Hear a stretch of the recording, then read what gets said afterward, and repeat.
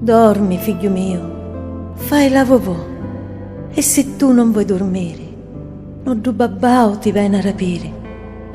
Tu braccia forti t'annacolio, mentre sogno malata di franchezza. E d'ogni pericolo t'addifenno, mentre hai spagno e sogno sola. Ogni attimo ti veglio, mentre aspetto ancora la menaca. E mai mi faccio pigliare dello sonno, quando appicchia alla bellezza, quando attracchi all'isola to, mentre la menave affonda. Dello misterio, un nevaio, mentre diciato la morte mi intruscia. Senza tempo, aspetto la me vovò.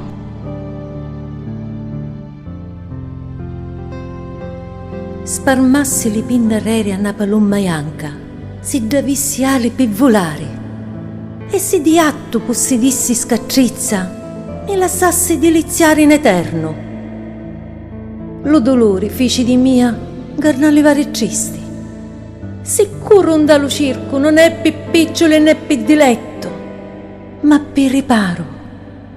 E vuautri, come babbasoni, e dite di mia, e d'ogni mia esibizione.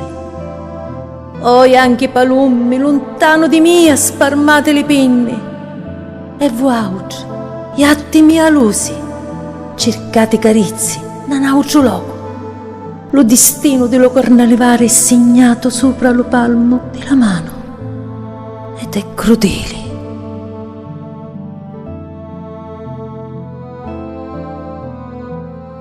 Sì, tu che attraversi le mie vene e ti inseti dallo battito dello cuore. Tu che assumi della petra lava ancora fuoco vivo, magma delle sfumature rosse e gialle della passione e dell'amore.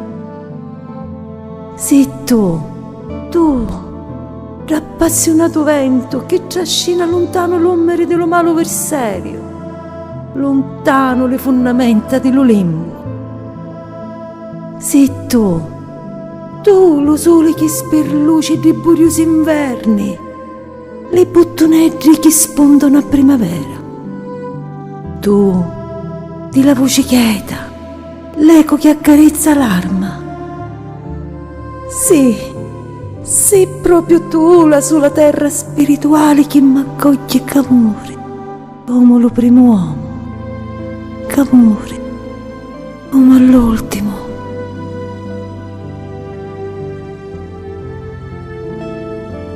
Uè Dio, uè do spirito e ne parla solo d'amore, uè da sostanza con la faccia d'uomo, do misterio che ne feci di stessa materia e di più alta suprema bellezza.